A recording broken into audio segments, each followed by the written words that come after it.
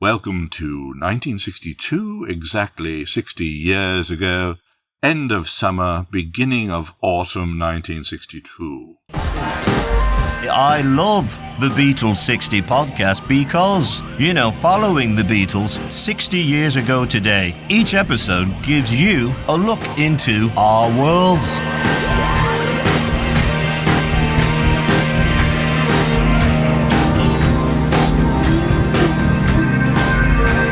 Groovers, listen. The interwebs are full of empty infotainment and the same old about Beatles trivia. You deserve the real story.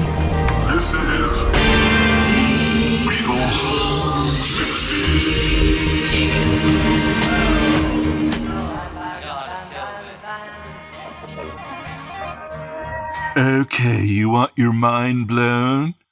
The interval between this podcast episode and our next episode 60 years ago will have been the exact same interval, same amount of time. The Beatles would have experienced the exact same number of hours, same season, man. Northern Hemisphere, though. All you gotta do, man, all of you who've been following this timeline with us already get the pace, man.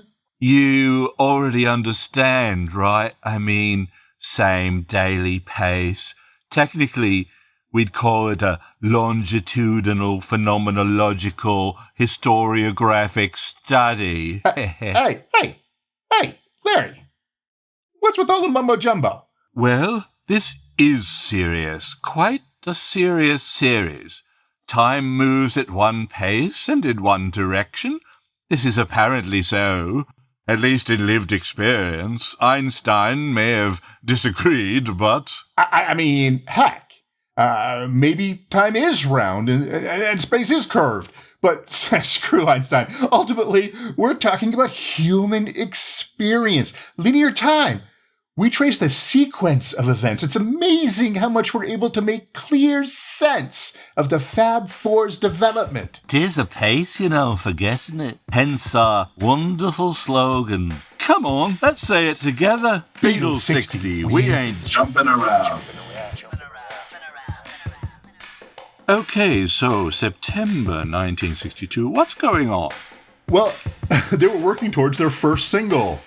And it was not a straightforward path to getting there. There was some pretty intense drama with Ringo coming. But there was a feeling building that George Martin and the Beatles could do some great things together. So what are we going to talk about in this episode? Well, we've got some insights about Julia Lennon from our recent talk with Jude Southerland Kessler. Then we'll talk about the route that was taken by Love Me Do on its path to being the Beatles' first single. Then some of that Ringo drama. What must he have been thinking? And finally, a sense of artist and label and producer working together has started to build now. All that coming up. Did you know you can get this podcast on Spotify and Apple? Well, you can. Okay, so September 1962. They've got a single. Yeah, almost a single. Pretty soon. Very soon, it's a single. We're going towards the first single. Tangible product will make a world of difference.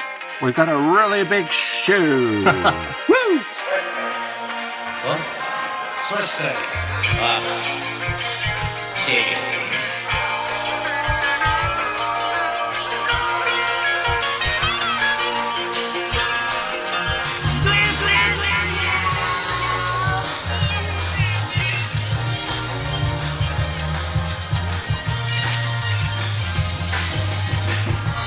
This is Beatles60.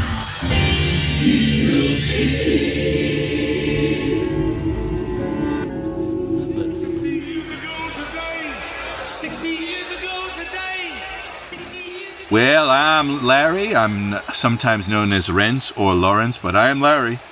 I am Andy. You can find me as Andrew Martin Adamson, but just go ahead and call me Andy.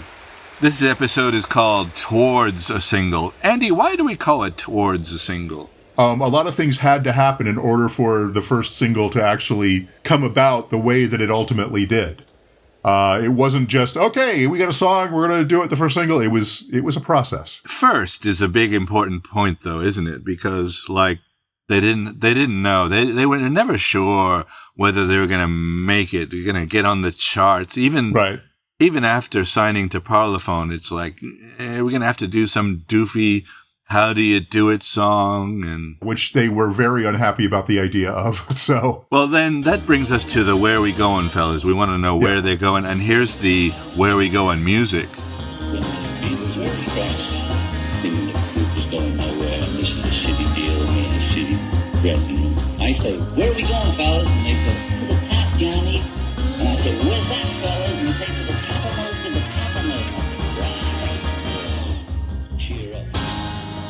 To the top, Johnny. and the music is over.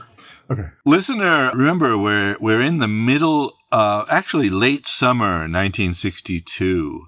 Andy, so 62 is a dramatic time. They're still not famous. They're still only known in the northwest of England. Right. And, a few people here and there might have heard them on these BBC things, but still not a household name in the UK even.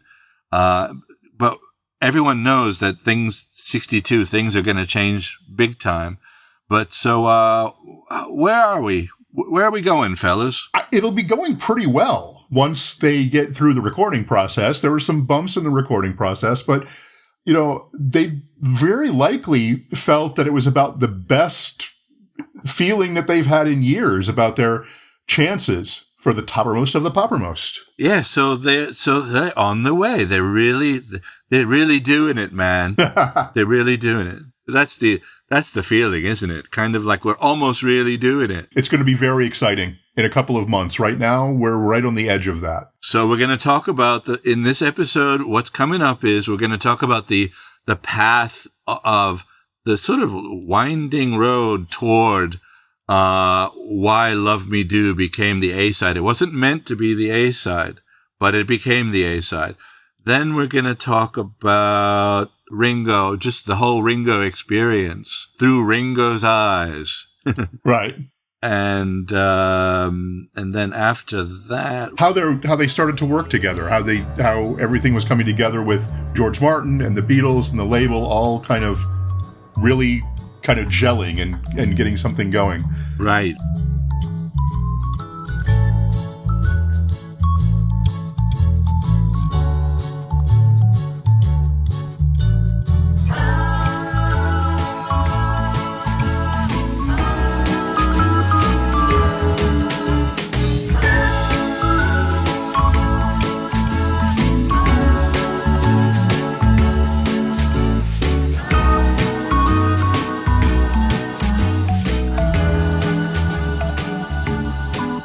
But first, we wanted to throw in here a conversation that we had with Jude Southerland Kessler, right? We wanted to talk about that. We talked about quite a few things, but there were some really interesting things that we talked about Julia, about John's mom.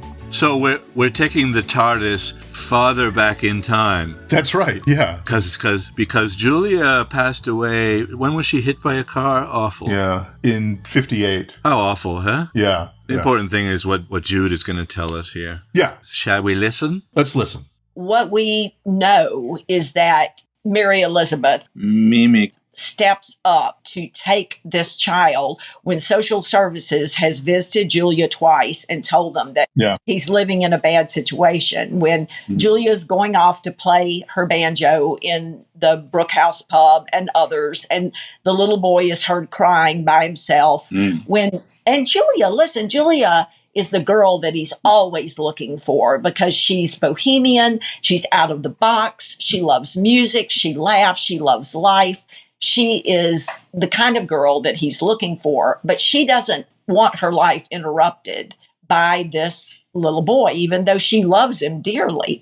And Mimi, who is all decorum and responsibility, steps in and makes sure that he goes to school, does his homework, goes to Sunday school, does chores. When John grows up, he's half Julia, And he's half Mimi. He's determined, that band's going to get to the toppermost of the poppermost. And when they come back from Hamburg and George gets a job as electrician's mate and Paula goes back to school, John says, "What's wrong with you? We're going to be famous," and rounds them up. So you can see Mimi and you can see Julia, both of them. Most of his songs were written for Julia, no doubt about it. Half of what I say is meaningless, but I say it just to reach you, Julia. She is his prime number one soul whisperer. She is the spirit he seeks. I mean, if we go back and you look at all those songs that you just listed, every single one of those stems from the fact that for very complicated reasons, this beautiful woman relinquished her little boy and yet kept her two daughters, Jackie and Julia.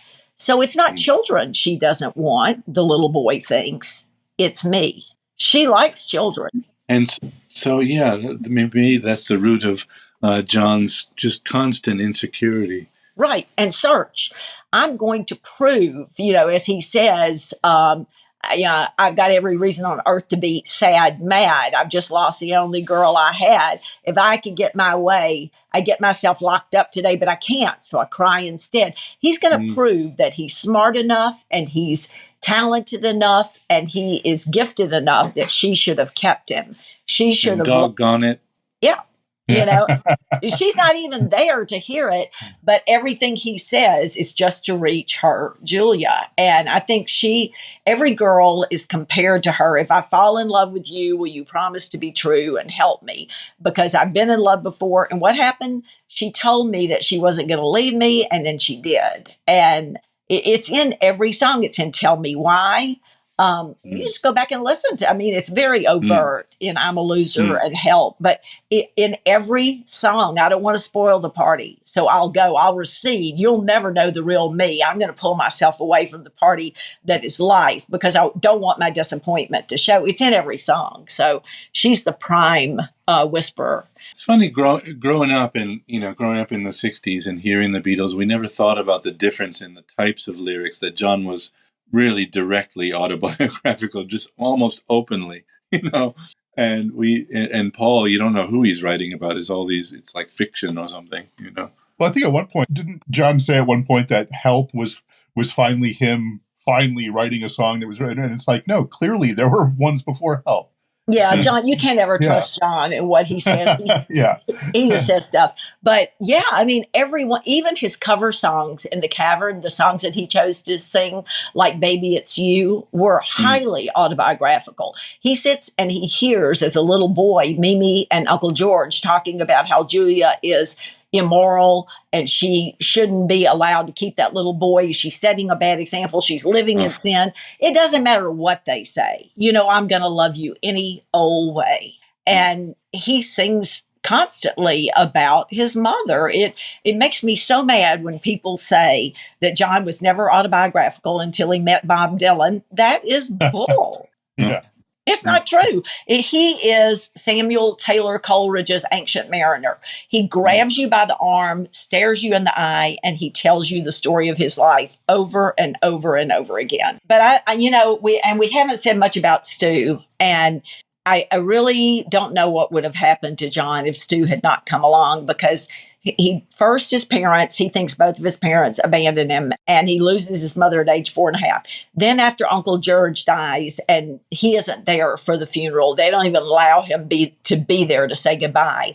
Then his mother comes back into his life. They are best friends. They are inseparable. And then she's killed by a drunk driver, and he loses her a second time, but this time to death. He is so bitter and so cynical and so angry and just, why has my life been so hard? Why me? And then he is given Stu. And Stu accepts him. They speak the same language. He tells him to make his band into a work of art, to dress differently, to act differently, to use his music as a canvas. And without Stu, I really don't know if John would have survived that era of his life. So he's one of the great whisperers of his entire existence. I think so.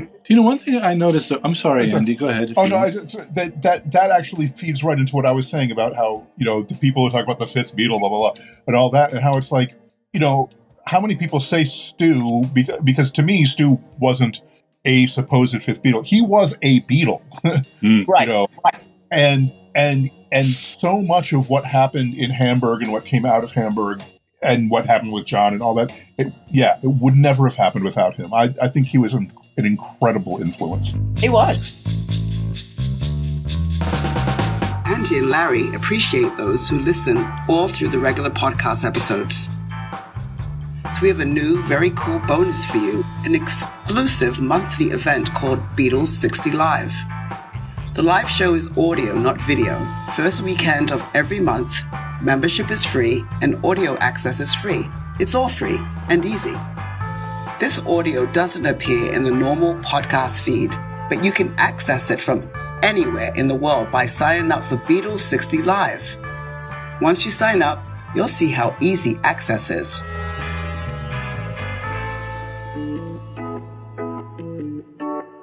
Okay, here's how you find the members page. There's just one simple little trick. See this episode notes. Find the Beatles60.group link. Open that in any browser. To get to the secret live page for members, just add live at the end. So it's Beatles60.group/live. Again, Beatles60.group/live. The first time you get there, you'll have to sign up. It takes just a couple of seconds. Just enter any name and valid email, and you're there. Bob's your uncle.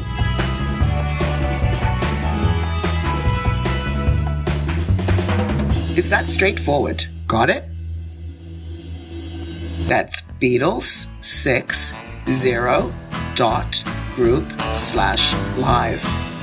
We'll email you in advance of each live so you'll know the exact time to listen, specified in most world time zones. And you'll have a convenient invitation link sent to you privately. You'll find stuff easily using the members-only navigation. Dead simple once you're in. Full live event information is all there. If you have any trouble, just contact Andy. He can give you the link privately or resend the confirmation email or whatever. Members who miss the live event can listen later. We'll archive each one on the Beatles60 Live page. You can just choose a past date, hit the play button, and listen anytime. Hope you can join.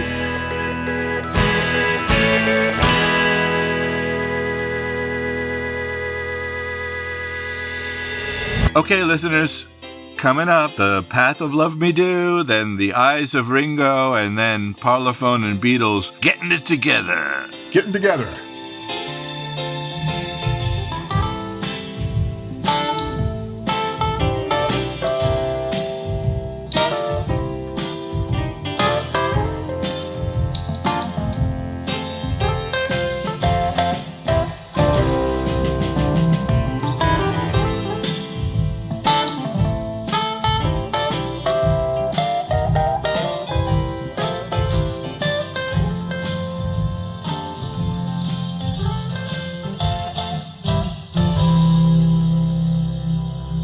Okay, so the song Love Me Do, it wasn't gonna be the first A-side, but it did become the first A-side. So let's look at the long and winding path of Love Me Do. I should mention that it's unknown whether they copied the Ruddles' first single, Do Me Love, but... Do me love.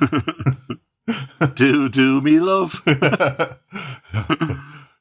But anywho, John played harmonica on it, inspired by Delbert McClinton, as played on Bruce Channel's recent hit, Hey Baby, Do Me Love. When did George Martin first hear it? Well, George Martin would have become aware of Love Me Do during the June 6th, 1962 recording at EMI Studios, the one that was either supposed to be the first session or an audition, depending on who you talk to. But in any case, this is when he famously told the Beatles that someone other than John would have to sing the title line, or else, because of the harmonica, they would have a song called Love Me Wah! Yeah. Then, during the September 4th recording session, they needed a B-side for the single, which was slated to be How Do You Do It, written by Mitch Murray. Of the other 5 songs that they had rehearsed that day before they started recording, George Martin chose Love Me Do as the B-side of the single, mainly, according to some sources, because though he wasn't blown away by the song, he liked John's harmonica part. So Martin thought it was good enough for a B-side, but not for an A-side, right? Yeah, right. And he thought Mitch Murray's song, How Do You Do It, would be right for the Beatles. They recorded a so-so version on the 4th. That's what you just explained, right? Yep, yeah. And that meant that they thought the single was recorded, right? Exactly. And I'm going to tell you that I don't find the Beatles version of How Do You Do It to be all that bad. Yeah, I didn't either. I always thought it was okay. It was all right. But I guess that's why they don't pay me to make those decisions. Because everyone... Yes. What's that? Everyone, you're right. But yeah, everyone involved thought it was pretty lackluster, including Mitch Murray himself. And even nowadays, other people, like on Facebook, are saying... Right. They'll comment, it's so bad. Yeah, and I'm like, sounds okay to me. Yeah, me too, yeah. It's sing-songy. It's not way outside the realm, but it's not black enough, really. It's not the blues. It's not American. It's not what they were trying to do, yeah. Yeah. Well, the Beatles may have thought they'd won the battle over A-side choice on their own, but there were all sorts of factors that take Love Me Do on quite a journey from possibly being a B-side to finally being chosen as a B-side to ultimately becoming the A-side. Can you describe how all that happened? Yeah, so Mitch Murray not liking the Beatles version of How You Do It was one thing. He actually offered to go to Liverpool to kind of like teach them how to play it right. But also, John had pleaded with George Martin to let them release Love Me Do instead. Then there was, importantly, the input from Ardmore and Beechwood, EMI's publishing company, with Sid Coleman in charge. Coleman, right. Yeah. They really wanted a Lennon-McCartney original to be the A-side because they owned the publishing rights. Or they were going to own the publishing rights. So George Martin, with all of those things in mind, relented and decided that Love Me Do could be the first single. Right. Wait, so why don't we have How Do You Do It as the B-side again? Well, it's interesting because, that's what you might think. That, well, then why don't just switch them and Love Me Do is the A-side, How Do You Do It is the B-side. But Mitch Murray and Dick James, who was in the market for publishing of that song, were very much against it. Obviously, Mitch Murray, he wanted an A-side. And there was an agreement among all of the people involved, people at Parlophone, and that it was too good of a song to be a B-side. It needed to be an A-side for someone. And that did happen, and it did end up being a number 1 song. I mean, for the Jerry and the Pacemakers, it was like 3 weeks on 3 weeks at number 1. Yeah. And, I remember it. We had it in our house way over in America. So, yeah. I mean, it really did big. I totally remember as a 4-year-old or whatever. Right. Okay. So once again, to be clear for our listeners, they were there on the 4th. They finished everything. They thought they had finished everything, but then they had to come back on the 11th for kind of a quick session to do a B-side. Right. Because now they needed a B-side. And going into that session, they didn't know yet what that B-side would be. In the end, the decision was that the best song recorded on the September 11th session was P.S. I Love You. So that would finish up the single. They did work for a while on Please Please Me during that session. And thankfully, I think, from the perspective of history, it was deemed not yet ready. Of course, when it was ready, well, we'll be talking about that later. I'm going to, let's discuss that a little bit, though. Okay. Sure. So on Anthology, we hear this weird, like, George plucking the strings out, like, blang, blang, blang, blang. That's something weird. What was it? So he wanted to do that riff all through the song? Is that all through? He wanted to, right, like constantly through the, and Ron Richards was like, no, just only do it in these, particular points. Don't just keep on playing it over and over and over again. You know, something I noticed in the dun dun dun dun dun dun dun. In the Anthology one, it's like dun dun dun dun dun dun dun.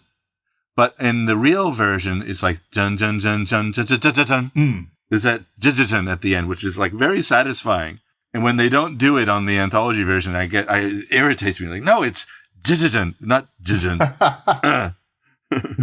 What's unfortunate is that we don't have, a version of of the original, the way it was when it was like, as George Martin twice described it, the dreary old, like the dirgy kind of "Please Please Me" that was kind of sounded like Roy Orbison. Yeah, and George Martin said, "No, you got to speed this up, double the speed on this, please, and add some harmonies to it." And he was right. There's still two living Beatles. They should do what it would have sounded like or something. Yeah, right.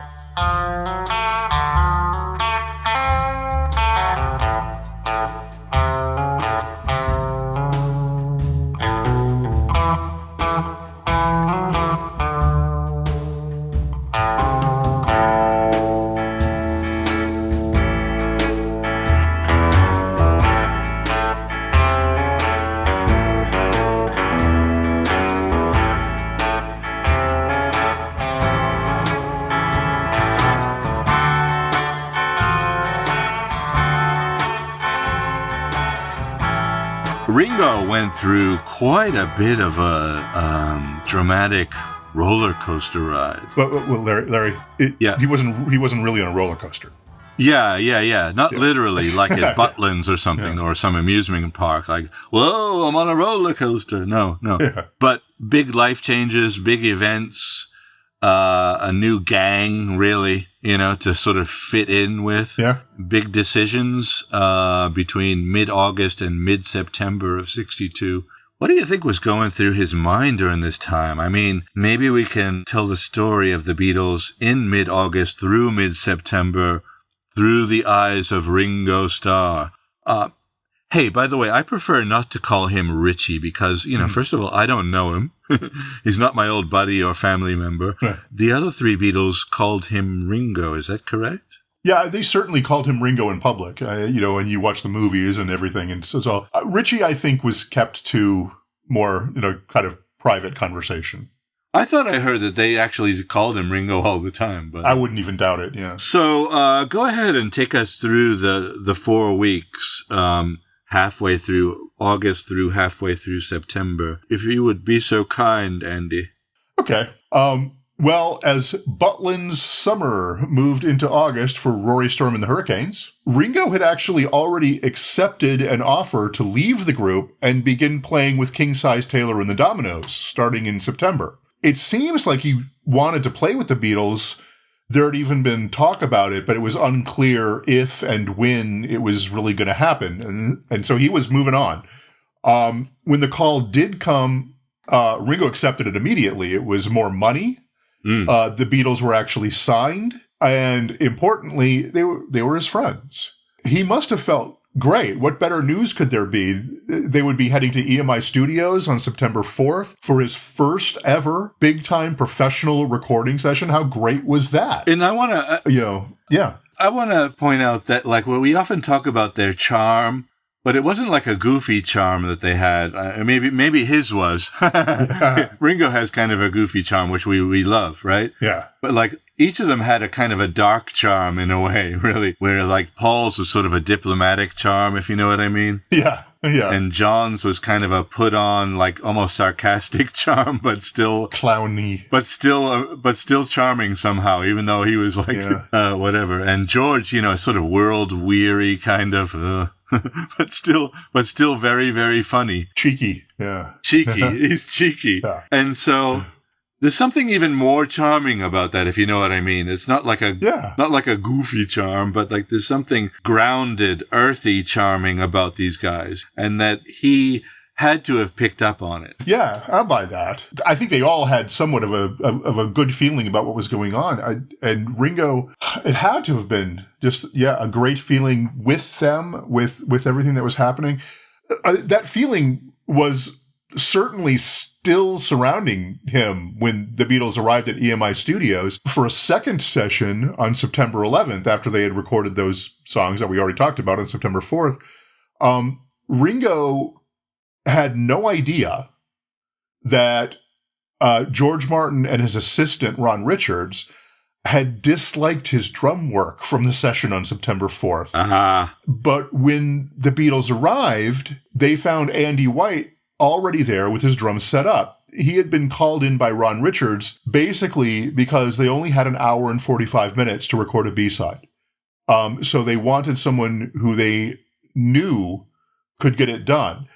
And that devastated Ringo. There's your roller coaster, right? You're way up at the very top. And then that's when the huge fall happens. There's a drummer there, like where you're supposed to be.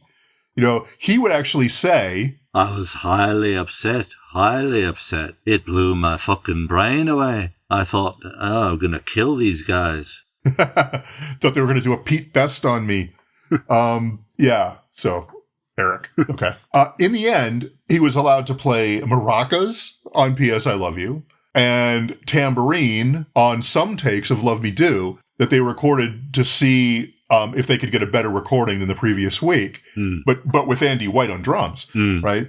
Can you imagine how that felt? Roller coaster is probably the closest analogy, that can be made. Extreme high and about the lowest low you can imagine, just like sudden and fast. And, worse yet, there was still the unknown. What would the future hold? Would he ever be allowed to play? He would say that he had at least a little bit of a grudge against George Martin for that he never really completely got over it. But they became very good friends, so I just don't understand. Yeah. It's something about this confuses me. I feel like Columbo. I'm a little confused, Ringo. You said... But the thing is, like, most of us can understand when it's explained to us why, okay, we got to get... Richards would do this. Like, we got to get through this quickly. Let's just get the guy in who we know we can do it. And I don't know, most of us would understand, but like, I think Ringo really never accepted it. Yeah. I think that's going to be something that we'll be looking at, as we keep on going to see, we'll be watching that relationship a lot, I think. Remember what George Martin would eventually say, right? You've got that here, right? Right. So this is coming from David Bedford's book, Finding the Fourth Beatle, the 23 drummers who put the beat behind the Fab Three, David Bedford and Gary Popper. They say, although George Martin wasn't initially impressed with Ringo's drumming, he grew to appreciate his style. They soon became good friends. Well, Ringo always got and still gets a unique sound out of his drums, a sound as distinctive as his voice. Martin said, Ringo gets a looser, deeper sound out of his drums that is unique. Martin said, this detailed attention to the tone of his drums is one of the reasons for Ringo's brilliance. Martin said, another is that although Ringo doesn't keep time with the metronome accuracy, he has an unrivaled feel for a song. If his timing fluctuates, it invariably does so at the right place, at the right time, keeping the right atmosphere going on the track and giving it a rock-solid foundation. George Martin said, this held true for every single Beatles number Ritchie played. And they soon became good friends. So this is sort of at odds with that, like, grudge. I don't really understand. Right. Yeah. It's a beautiful quote, isn't it? Yeah, it is. Yeah. Righty.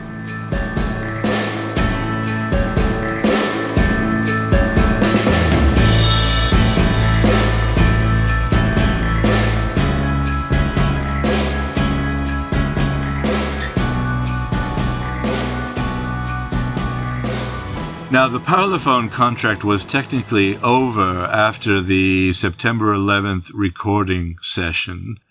If the first single didn't chart, that'd be it for them probably, eh? You know, for a less charismatic, less dynamic, less exciting group, it's now like be one flop and you're out. Can you very quickly walk us through that dynamic? Yeah, I mean, it's pretty much as simple as that. Their contract was for the recording of 6 songs. They had done that. There was not even a guarantee that a single would be released at all. That wasn't part of the contract. It was just record 6 songs. And after the September 11th session, the contract was officially marked in the EMI records as complete. They stamp complete. Of course, George Martin had decided to release a single.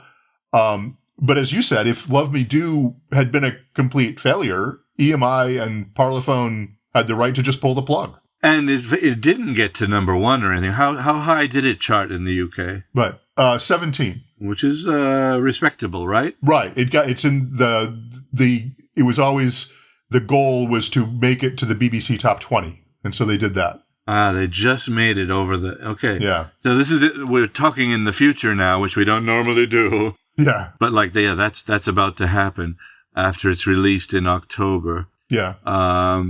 So that takes us to the point where there was really no way Parlophone was going to get rid of the Beatles. I mean, from what I've read here and there, it sounds like the Parlophone guys, Richards et al., and the guys in the Beatles, maybe except Ringo, had this sense after P.S. I Love You went pretty well and smoothly that working together, some kind of future chart magic might be possible.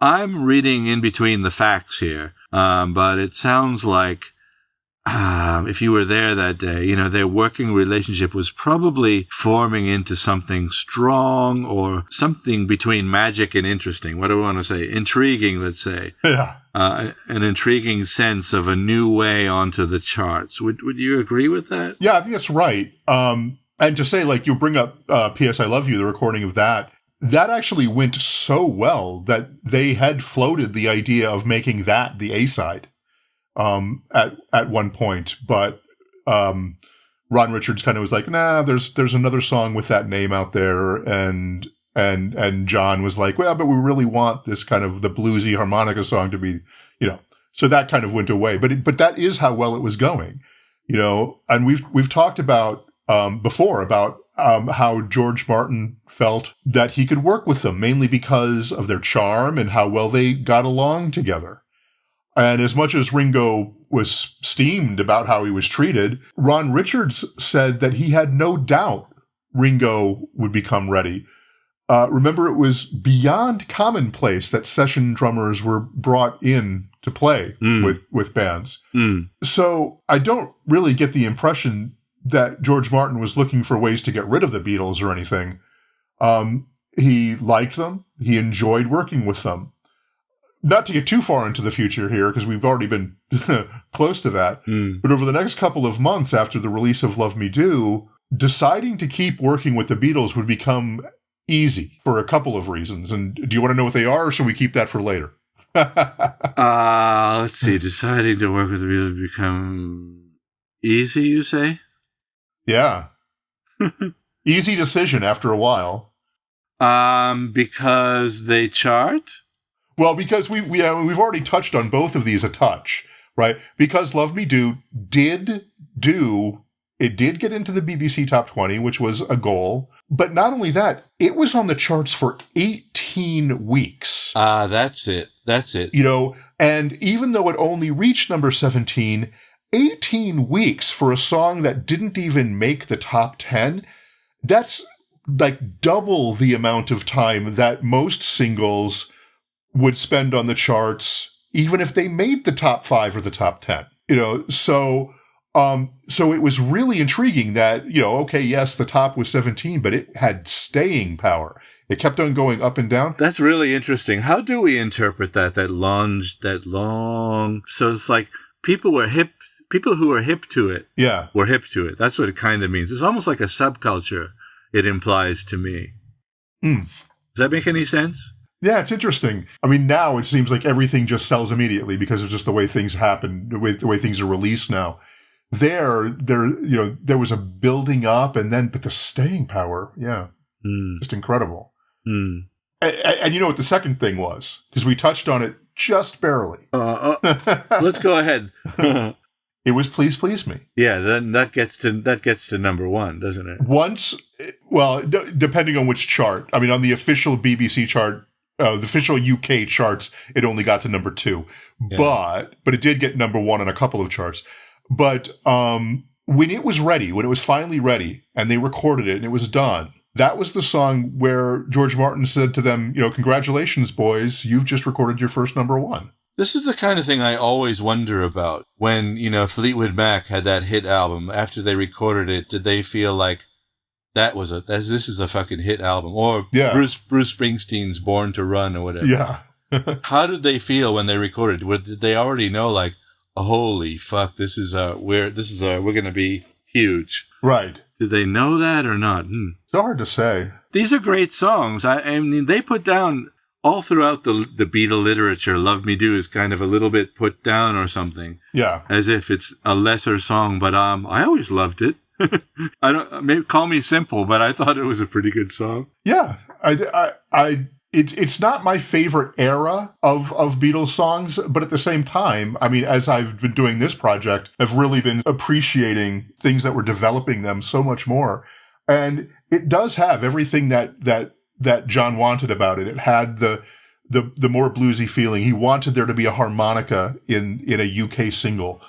Things like, and that was actually, interestingly enough, that was actually starting to happen even outside of the Beatles too. Yeah, yeah. So it wasn't actually the very first one, but still. Yeah. Well, it's important for us to throw in though. Right now, September 1962. Yeah. So the single's released on October 5th. Yeah. And even then, they still don't know. That's right. They still don't know. Right. They don't know at all. I mean, you could almost argue that throughout the entire reign of Love Me Do, even going into the beginning of 1963, they still didn't really know what was going to happen that year. Yeah.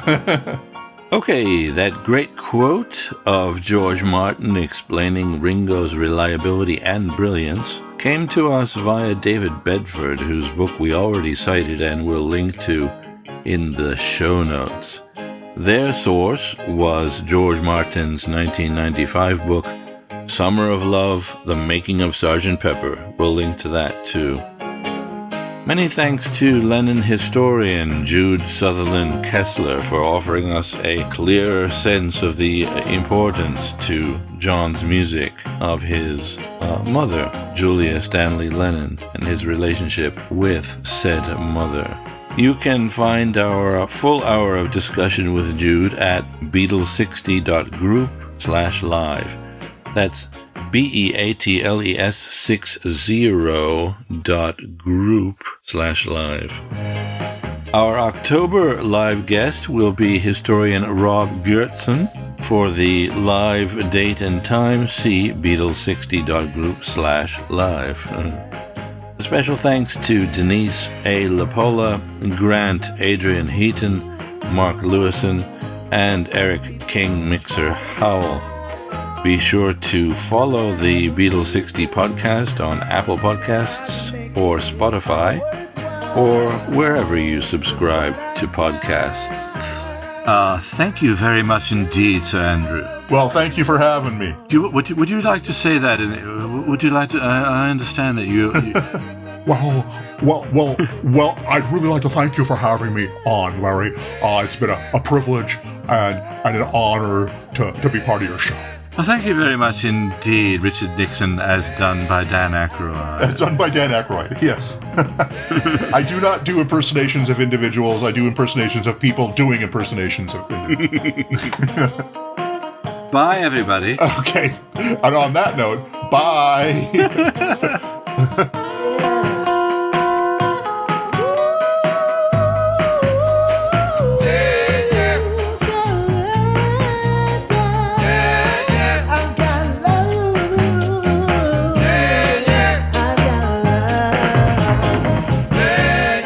We're in 97 megahertz in stereo. And now, a message from our sponsor. This is Brian, or Epi, as the boys are fond of calling me. I hope you've enjoyed today's episode of Beatles60. The Beatles, at their heart, are storytellers. I'd like to invite you to go even deeper into their story by listening to another program called A Day in Their Life, an audio drama of the Beatles' story. Both Andy and Lawrence agree. It's simply marvelous. For details, visit BeatleDrama.com or see the show notes for this Beatles60 episode for the link. Thank you. Thank you. Here's our number again, 06122286262, and it's contest time. Yeah. Oh, yeah, I know what you mean because, doing the not my normal tone of voice. Yeah, All right. Get the idea? Something like that. Okay, ooh, that's evil. I'm stroking my goatee while I say it.